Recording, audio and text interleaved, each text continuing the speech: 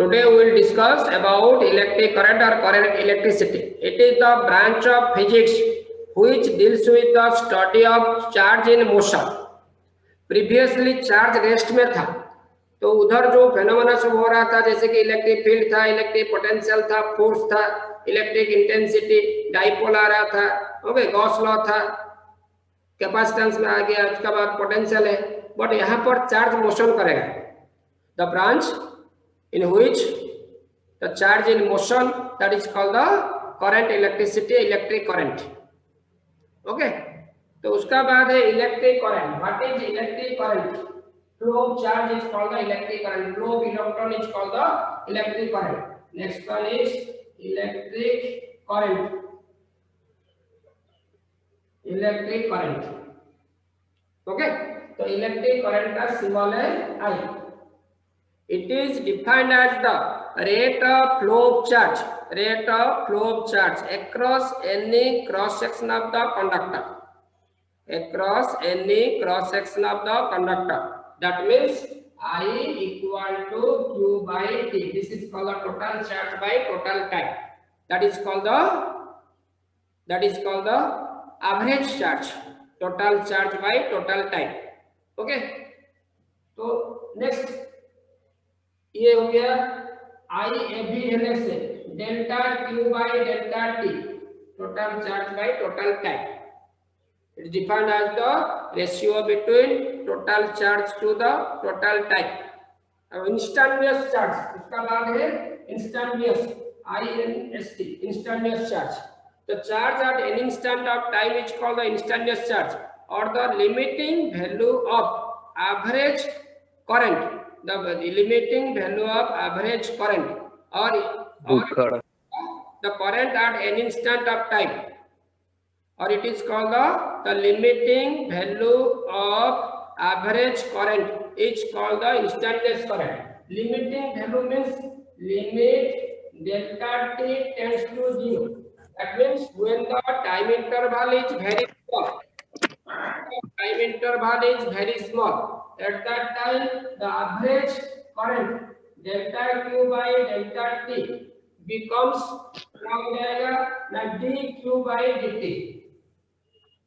That is d by dt, derivative of charge with respect to time. This is called the instantaneous charge, instantaneous current. This is called the instantaneous current, dq by dt. That means the limiting value of average current is called the instantaneous current. Limiting मतलब क्या है?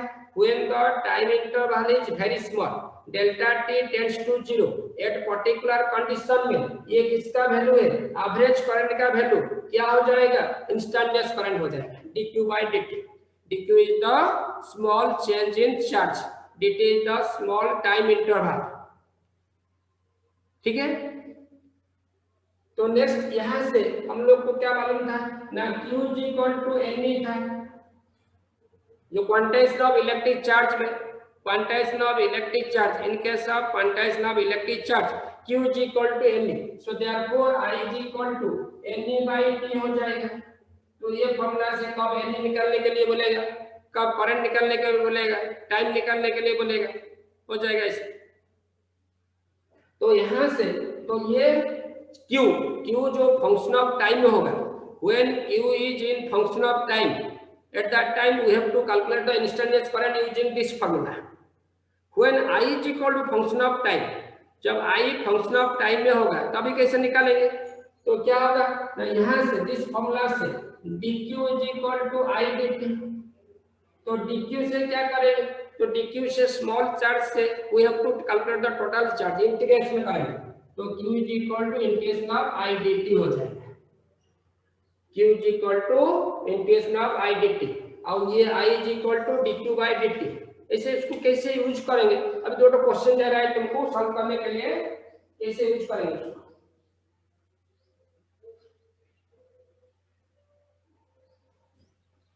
उसका use, right. ऐसे question है, ऐसे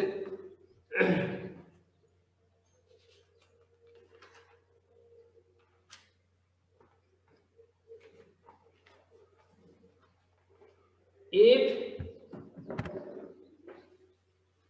जैसे question है if q is equal to, copy में लिखो, if q is equal to 2tq plus 5t square plus 10t plus 20 where q in coulomb and t in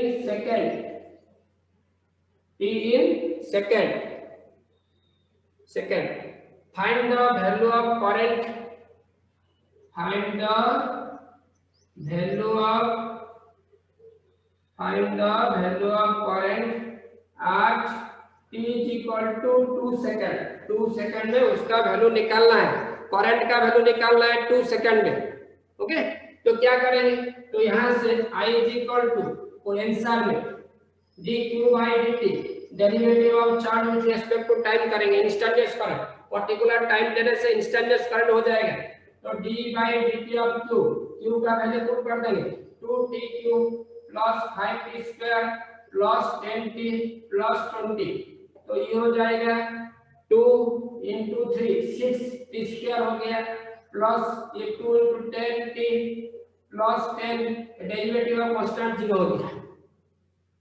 ठीक है, तो आप t इज इक्वल टू कौन सा टाइम में दिया है, आप t is equal to 2 second में कैलकुलेट करने के लिए दिया है, तो क्या हो जाएगा ना I इक्वल टू 6 into 2 का स्क्वायर प्लस 10 into 2 प्लस 10, तो ये हो गया 6 4 जा 24 प्लस 20 प्लस 10, तो 54, तो ये हो गया 54 एम्पियर। करंट का यूनिट एम्पियर, बाद में पढ़ेंगे, करंट का यूनिट एम्पियर हो गया। ठीक है,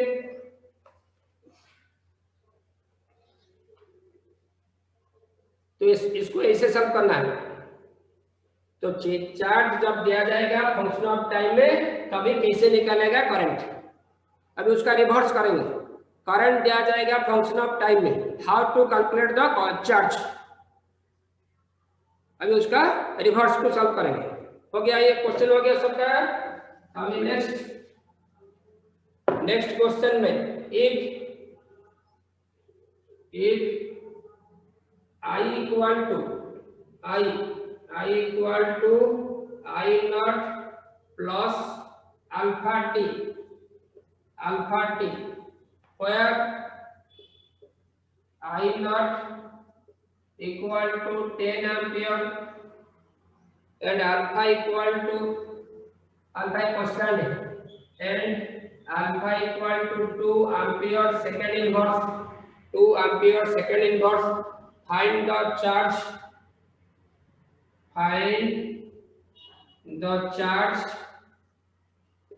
flows through the conductor in 10 seconds. Find the charge flows through the conductor in time दिया है 10 सेकंड, इन 10 सेकंड इसको निकालना है, इन टाइम 10 सेकंड दिया है।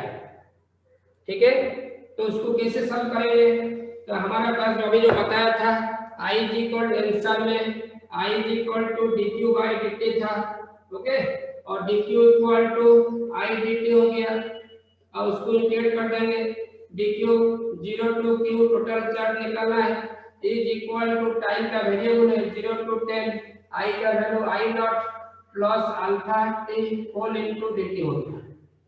उसको तो इंटीग्रेशन हो गया तुम्हारा, तो इंटीग्रेशन में ये q हो गया दिस साइड, अब इसको पार्ट कर देंगे, I नॉट इनटू dt एक पार्ट है 0 टू 10 प्लस सेकंड पार्ट में 0 टू 10 अल्फा t dt हो गया सेकंड पार्ट।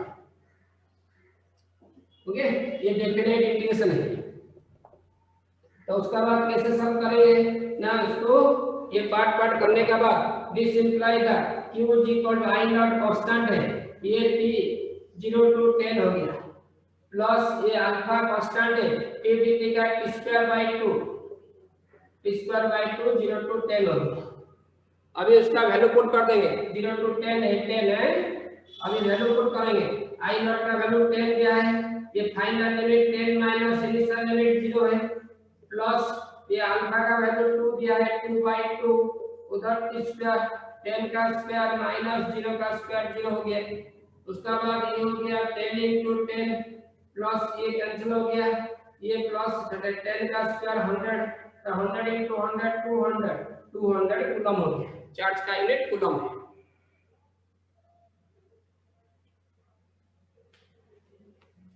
ओके, उसको ऐसे निकालना है। ये दो फॉर्म है, ऐसे क्वेश्चन आता है। और जो मैक्सिमा मिनिमा निकालने के लिए बोलेगा, मैक्सिमा और मिनिमा फर्स्ट डेरिवेटिव करने से उसका डेरिवेटिव को निकाल देंगे, उसका साथ 0 कर देंगे इक्वल टू 0।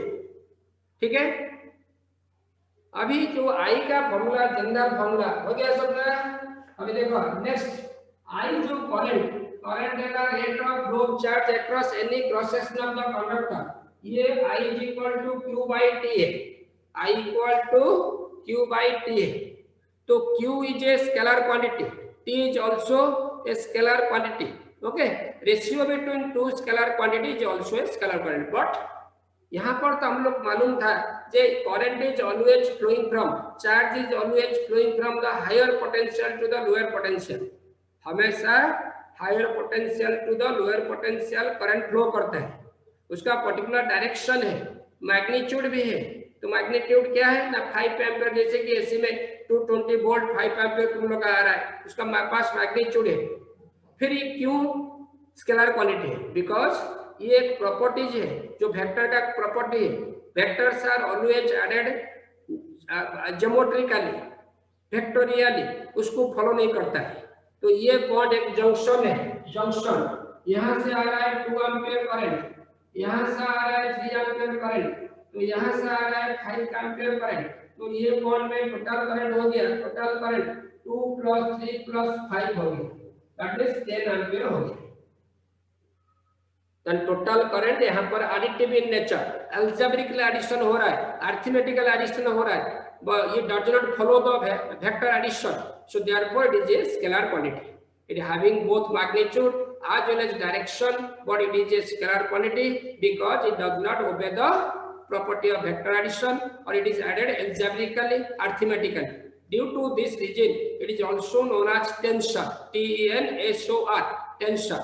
जैसे कि इलेक्ट्रिक चार्ज था, इलेक्ट्रिक करंट, ये दोनों टेंसर है। Okay, next unit of electric current, next one is unit of electric current, unit of electric current। तो हम लोग को मालूम था ऐसा यूनिट है, तो I is equal to general formula Q/T, charge by time है। एसआई सिस्टम है, एसआई सिस्टम में क्या हो जाएगा ना, चार्ज इज मेजर्ड, चार्ज का यूनिट क्या है, कूलम, कूलम है, और टाइम का यूनिट क्या है, सेकंड। तो यहाँ पर हो जाएगा 1 coulomb second is equal to 1 ampere, उसका एसआई यूनिट है 1 एम्पीयर। ओके, तो how coulomb second and ampere are related, how they are related, ऐसे भी यूनिट का फॉर्मूला आता है कभी कभी, हाउ दे आर रिलेटेड ना, 1 ampere is equal to 1 coulomb second, और 1 coulomb is equal to 1 ampere into second, और 1 second is equal to 1 coulomb ampere. जैसे भी होगा, जो फॉर्मूला होगा ऐसे आता है। कभी कभी एक क्वेश्चन दे देता है यूनिट का ऊपर, ठीक है। तो इन सीजीएस सिस्टम में बताया था, सीजीएस सिस्टम में divided to part, one is electrostatic unit ESU, another is electromagnetic unit EMU। एक है static, another is electromagnetic. Electrostatic unit में स्टार्ट आता है, उसका प्रीफिक्स स्टार्ट, और इलेक्ट्रोमैग्नेटिक यूनिट में उसका प्रीफिक्स आता है ऑफ। तो ES में आने से ESC, इलेक्ट्रोस्टैटिक यूनिट देने से ये हो जाएगा स्टार्ट एम्पीयर, स्टार्ट एम्पीयर। तो 1 start ampere is equal to कैसे हो जाएगा ना, 1 start coulomb by 1 second. Similarly EMU में आ जाएगा आप एम्पीयर हो जाएगा। Okay, so therefore 1 half ampere is equal to क्या होगा ना, 1 हाफ कूलम बाय 1 सेकंड हो जाएगा, ठीक है।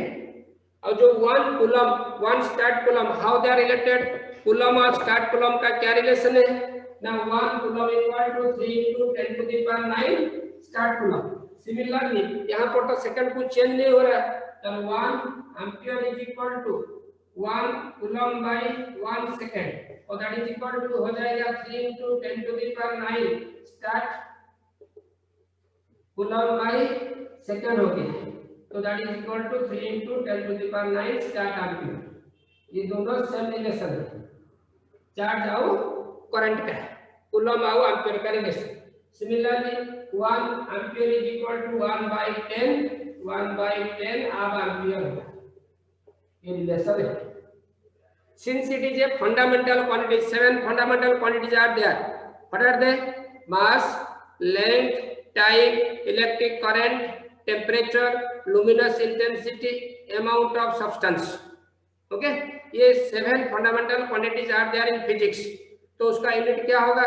KG, metre, second, ampere, kelvin, candela, mole. ये 7 fundamental units are there.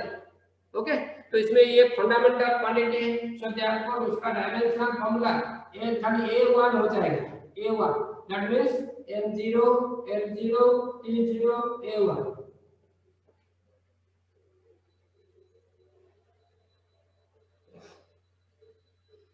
Okay, उसका बाद है types of electric current. Electric current जो है rate of flow of charge across any cross section of conductor, उसका टाइप्स क्या है? How many types of electric currents are there? Generally it is 2 types. Electric current is divided into two types, that is called as steady current or constant current. Types of next one is types of electric current.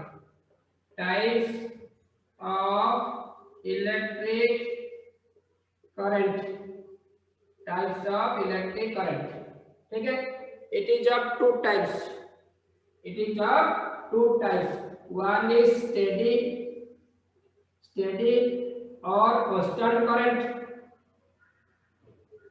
Constant current. Second one is variable current. Second one is variable current. Steady current क्या है? Constant current क्या है? Current is said to be steady if its magnitude and direction always remains constant with respect to time. तो time का हिसाब से उसका magnitude और डायरेक्शन कुछ चेंज नहीं हो रहा है, that is called the steady current. जो डीसी करंट है, डीसी डायरेक्ट करंट है, it is also known as the direct current. जैसे कि तो उस हमेशा कांस्टेंट करंट सप्लाई करता है, जैसे कि जनरेटर है, पुटा जनरेटर है, डीजल जनरेटर है, ये सब जनरेटर कांस्टेंट वोल्टेज सप्लाई करता है, वो वोल्टेज कभी चेंज नहीं होता है, कांस्टेंट करंट सप्लाई करता है। So therefore they are called the steady current, जिसका मैग्नीट्यूड और डायरेक्शन दोनों कुछ चेंज नहीं हो रहा है। उसको एक ग्राफ बनाने से, एक ग्राफ में रिप्रेजेंट करने से, उसको एक ग्राफ में रिप्रेजेंट करने से, ग्राफ बनाने से, तो ग्राफ क्या हो जाएगा? ऐसा आएगा। एक ग्राफ में कन्वर्ट करने से कैसे होगा? ये हो जाएगा तुम्हारा एक्स एक्सिस टाइम हो गया, ये हो गया तुम्हारा करंट एक्सिस। इसमें ग्राफ बनाएंगे, ग्राफ बनाने से it will be a straight line parallel to the X axis. It will be a straight line parallel to the x-axis.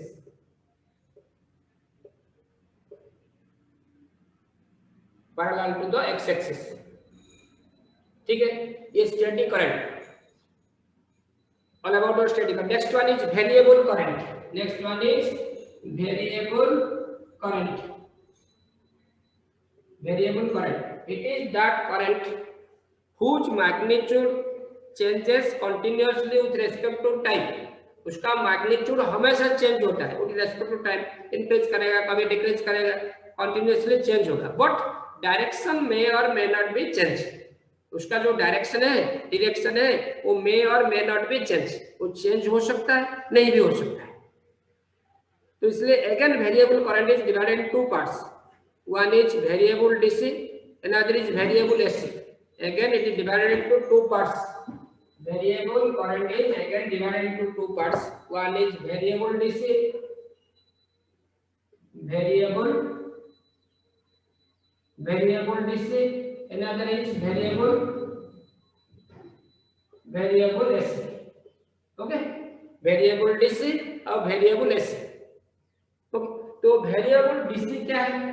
Variable DC means it is that current whose magnitude changes continuously and direction remains same, और direction remains constant. उसका direction change नहीं होगा, magnitude change होगा, जो कम होगा ज्यादा होगा, फिर कम होगा ज्यादा होगा, ऐसे होगा, कंटिन्यूसली चेंज होगा with respect to time. Time increase करेगा, उसका वैल्यू इंक्रीज करेगा, मैग्नीट्यूड नंबर चेंज होगा और डायरेक्शन रिमेन्स कांस्टेंट। कैसे होगा? ग्राफ बनाने से। ये जो ग्राफ हो गया, ये ग्राफ, ये y डैश एक्सिस, ये है ओरिजिन, यहाँ पर करंट हो रहा है, y एक्सिस में ये टाइम हो रहा है। तो ये जो ऐसे आएगा, उसका मैग्नीट्यूड चेंज हो रहा है। यहाँ पर मैग्नीट्यूड था, अभी ज्यादा आ गया ऐसे यहाँ पर, तो अभी यहाँ से हो गया, फिर नीचे आ गया, फिर ऐसे आ गया, बट वो उसका डायरेक्शन हमेशा अबव एक्स एक्सिस है, बिलो एक्स एक्सिस नहीं जा रहा है, अबव एक्स एक्सिस है। तो इसलिए this is called the variable DC. ये जो वेरिएबल डीसी, ये दिस टाइप ऑफ डीसी कहां से मिलेगा? रेक्टिफायर सर्किट से मिलेगा। Rectifier means the circuit which converts AC to DC, जो एसी को कन्वर्ट करेगा डीसी में। जैसे कि तुम्हारा मोबाइल जो चार्ज होता है, उसके लिए 5 to 10 वोल्ट जरूरत है, डीसी जरूरत है। तो हम लोग का पास कौन सा सोर्स है? एसी सोर्स है। तो एसी सोर्स को तो डायरेक्ट लगा देने से तो फट जाएगा, ब्रस्ट करेगा।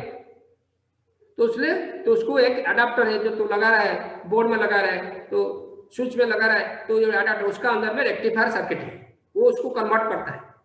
इसमें क्या है? डायोड है और ट्रांसफार्मर है। तो इसमें एक सर्किट मिलेगा, इसे टाइप का सर्किट मिलेगा, ये वेरिएबल डीसी मिलेगा। उसको स्टेडी डीसी कैसे करेंगे? तो उसके बाद फिल्टर लगाने से, फिल्टर सर्किट प्लस पढ़ने से पड़ेगा, फिल्टर सर्किट। उस सीरीज से पैरेलल कॉम्बिनेशन किसका? इंडक्टेंस और कैपेसिटेंस का पैरेलल कॉम्बिनेशन है। वो फिल्टर लगाने से वो स्टेडी डीसी हो जाएगा, ऑलमोस्ट स्ट्रेट हो जाएगा, ऐसे हो जाएगा, ऑलमोस्ट ऐसे हो जाएगा। ये वेरिएबल डीसी है, इसमें मैग्नीट्यूड चेंज हो रहा है और डायरेक्शन चेंज नहीं हो रहा है, अबव एक्स एक्सिस से। तो कहां से मिलता है? रेक्टिफायर सर्किट से मिलता है। ओके, उसके बाद है variable AC. Variable AC means it is that variable current, it is that current which changes magnitude continuously, magnitude as well as direction, which changes magnitude as well as direction continuously with respect to time। Time का हिसाब से वो क्या करता है ना, उसका magnitude भी चेंज करता है और डायरेक्शन भी चेंज करता है, दोनों चेंज करता है। ठीक है, मैग्नीट्यूड चेंज होता है और डायरेक्शन चेंज होता है, दोनों चेंज होता है। That type of current is called the variable AC. और एसी अल्टरनेटिव करंट, जो हम लोग का घर में सप्लाई होता है, फैक्ट्री में सप्लाई होता है, हर जगह में सप्लाई होता है, दैट इज एसी करंट। उसको ग्राफ बनाने से क्या होगा ना, ये एक्स एक्सिस, ये वाई एक्सिस, ये वाई डैश एक्सिस, यहाँ पर आ लीजिए। तो वाई एक्सिस में क्या लेना है ना, करंट लेना है। ये किसका ग्राफ है? I T graph, I versus T graph, इसे लेंगे। तो ये क्या जाएगा? अब ये पॉजिटिव हाफ साइकिल, फिर नेगेटिव हाफ साइकिल में नीचे आएगा, फिर पॉजिटिव हाफ साइकिल में ऊपर जाएगा, फिर नेगेटिव हाफ साइकिल में नीचे आएगा, इस side. This is called the positive half cycle, this is called the negative half cycle, फिर पॉजिटिव हाफ साइकिल, फिर नेगेटिव हाफ साइकिल, इस साइड। तो उसका मैग्नीट्यूड चेंज हो रहा है कंटीन्यूअसली, ऐसे था, ऐसे कम हो गया, कम ज्यादा हो रहा है, बोले, बट उसका डायरेक्शन भी रिवर्स हो रहा है। हाफ जो ये ऐसे पॉजिटिव हाफ साइकिल के बाद नीचे जा रहा है, फिर उसका बाद ऊपर जा रहा है, नीचे जा रहा है, ऊपर नीचे हो रहा है, वो डायरेक्शन चेंज हो रहा है। That type of current is called the alternating current और variable AC. Okay, this is the type of current. Current क्या है? तो करंट ये rate of flow of charge across any cross section of the conductor, वो type of current हो गया। Okay, तो उसका बाद है कन्वेंशनल करंट। नेक्स्ट जानेंगे कन्वेंशनल करंट। कन्वेंशनल करंट बोलने से क्या है, नेक्स्ट जानेंगे conventional current.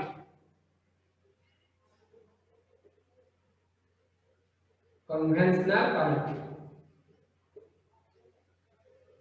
conventional current means by convention the direction of current is along the direction of flow positive charge। ये जो चार्ज फ्लो कर रहा है, पॉजिटिव चार्ज जैसे जा रहा है, प्लस से माइनस जा रहा है, प्लस से माइनस जा रहा है, उसका डायरेक्शन में करंट का डायरेक्शन होगा। फ्लो पॉजिटिव चार्ज जिससे जा रहा है प्लस से माइनस जा रहा है along the same direction of flow positive charge by electron theory से क्या होगा that is opposite to the flow of electron electron का अपोजिट डायरेक्शन में करंट आएगा इलेक्ट्रॉन कैसे जा रहा है इलेक्ट्रॉन ऐसे जा रहा है माइनस टू प्लस जा रहा है नेगेटिव टू पॉजिटिव जा रहा है इलेक्ट्रॉन अब करंट कैसे जा रहा है current is flowing from the positive negative तो इलेक्ट्रॉन्स थ्योरी से इलेक्ट्रॉन्स हिसाब से opposite direction of electron is current और चार्ज का हिसाब से along the same direction of current का चार्ज का सेम डायरेक्शन में करंट फ्लो कर रहा है और इलेक्ट्रॉन थ्योरी में अपोजिट डायरेक्शन में जा रहा है is it clear this is called the conventional current how to know that the direction of the flow of current को कैसे हम मेजर करेंगे उसका डायरेक्शन को कैसे मेजर करेंगे तो कहां जा रहा है करंट कैसे फ्लो कर रहा है that is called the conventional current okay उसका बाद है तुम्हारा conductors semiconductors and insulators insulators क्या है the insulators are those substances through which electric current can not flow जिसका अंदर में चार्ज फ्लो नहीं कर सकता है this are called the insulators जैसे कि वुड है प्लास्टिक है बेकेलाइट है इबोनाइट है क्वार्ट्ज है वैक्स है ड्राई एयर है इसका अंदर में नहीं जाएगा the next one is conductors are those substances through which electric charge can pass easily जिसका अंदर में चार्ज इजीली पास कर सकता है एक वन एंड से दूसरे एंड को जा सकता है these are called the conductors all metals are conductors alloy भी कंडक्टर होता है इलेक्ट्रिक करंट पास करता है उसके अंदर में all metal are conductors okay उसके बाद सेमीकंडक्टर है semiconductor are those substances whose electrical conductivity capacity up to conduct electrical conductivity lies in between insulators and conductors conductor और इंसुलेटर अंदर में उसका इलेक्ट्रिकल कंडक्टिविटी लाइज करता है तो इंसुलेटर से ज्यादा है और कंडक्टर से कम है so that these are called the semiconductors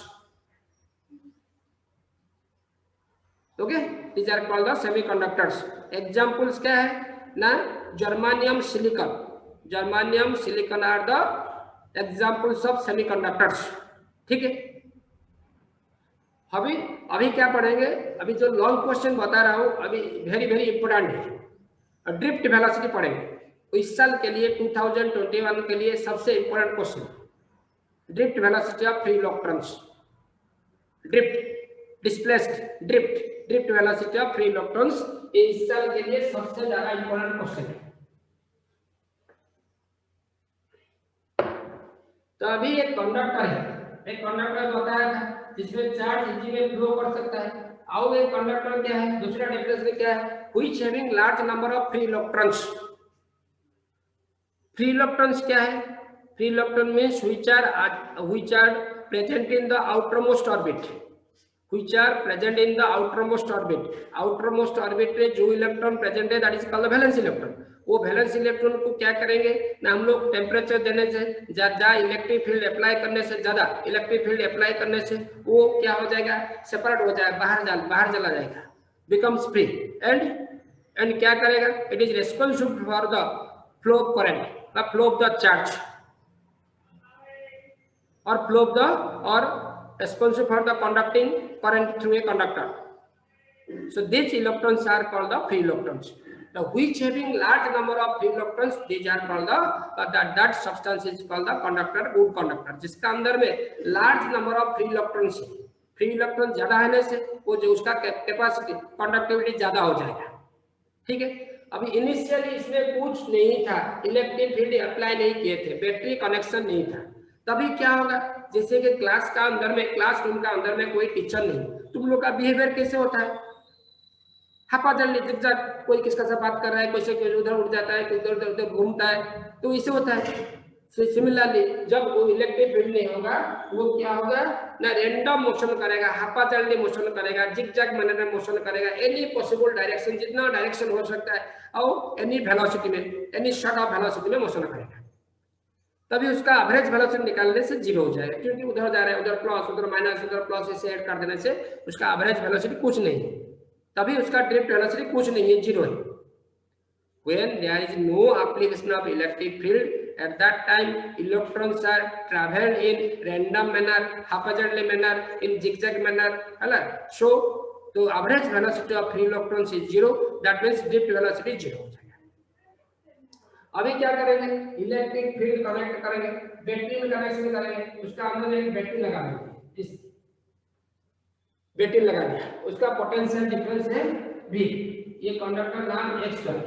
अभी क्या करेगा ना, यहां से चार्ज फ्लो हो रहा है, करंट फ्लो कर रहा है, बट इलेक्ट्रॉन्स आर डिप्लेटेड, इस नेगेटिव टर्मिनल से पॉजिटिव टर्मिनल जाएगा, नेगेटिव टर्मिनल से पॉजिटिव टर्मिनल इसी जाएगा, एक पर्टिकुलर डायरेक्शन में जाएगा, इसे मूवमेंट करेगा, नेगेटिव से पॉजिटिव पर्टिकुलर डायरेक्शन में जाएगा, पॉजिटिव से नेगेटिव नहीं है, करंट फ्लो करेगा, चार्ज फ्लो करेगा from positive negative, but electrons are depleted from negative to positive, negative to positive flow करेगा। ओके, तो ये जो फ्लो करेगा उसका एवरेज वेलोसिटी निकालने से, क्योंकि डिफरेंट वेलोसिटी में जाएंगे, तो उसका एवरेज वेलोसिटी निकालने से वो हो जाएगा drift velocity. Drift velocity is the average velocity of free electrons with which the electrons are drifted toward the positive terminals, drifted toward the positive terminals under the application of electric field, under the application of electric field। जब हम लोग electric field apply करेंगे तभी क्या होगा, particular direction में जाएगा, what is the direction, they are always moving from negative terminal to positive terminal, है ना, और उसका जो है वो डिफरेंट वेलोसिटी में जाएंगे, डिफरेंट वेलोसिटी में जाएंगे, डायरेक्शन सेम होगा, अभी उसका एवरेज वेलोसिटी निकालेंगे, तो average velocity is called the drift velocity, it is denoted by the vd, symbol is dvd, v for velocity, d for drift velocity, उसका जो है एवरेज वेलोसिटी, उसका सिंबल है vd, vd stand for average velocity of free electrons और drift velocity of free electrons, समझ में आया?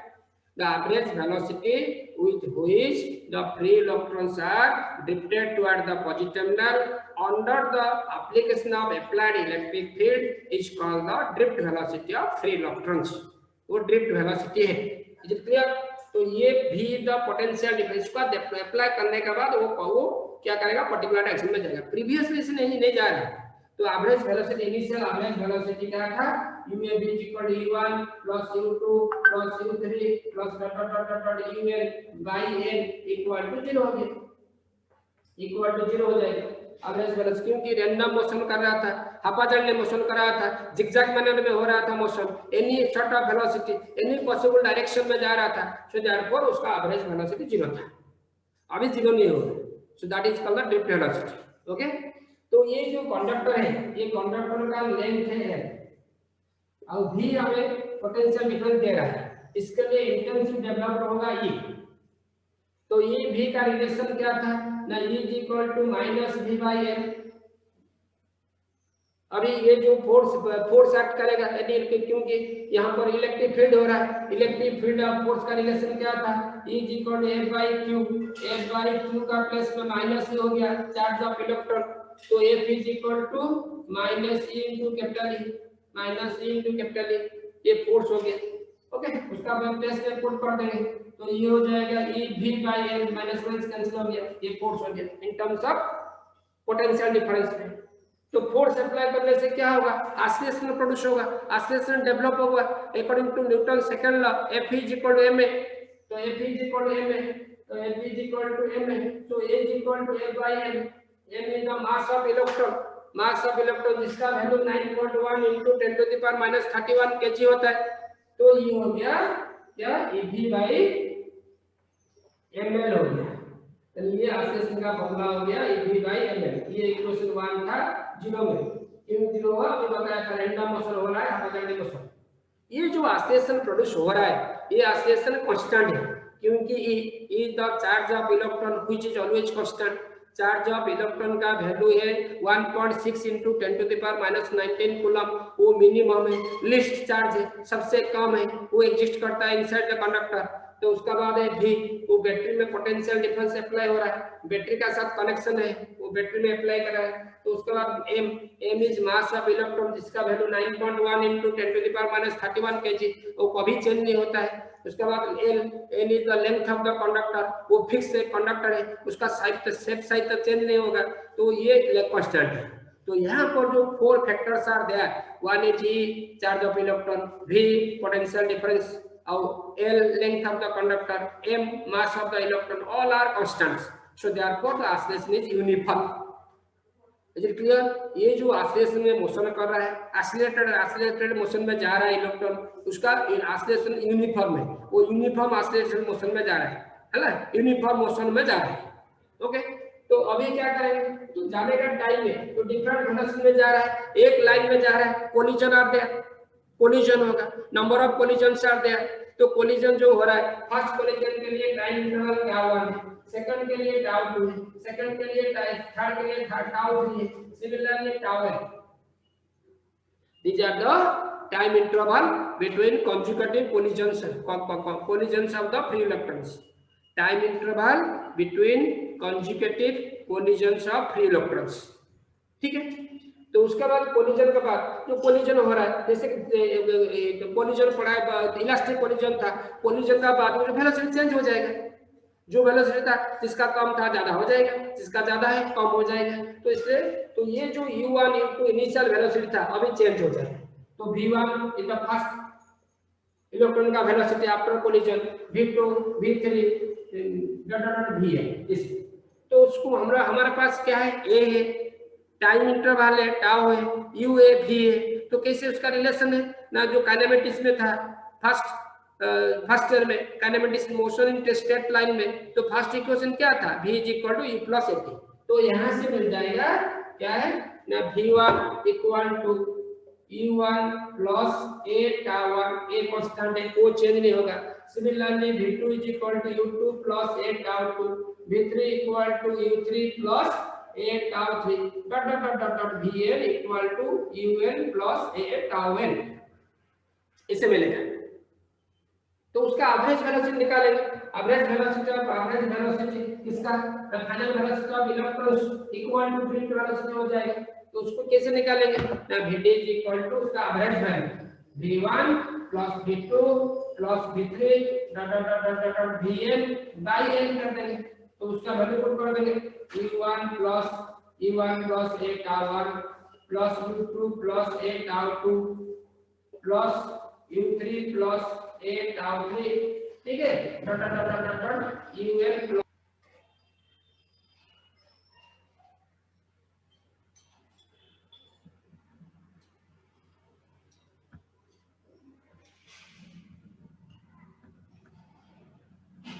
दो मिनट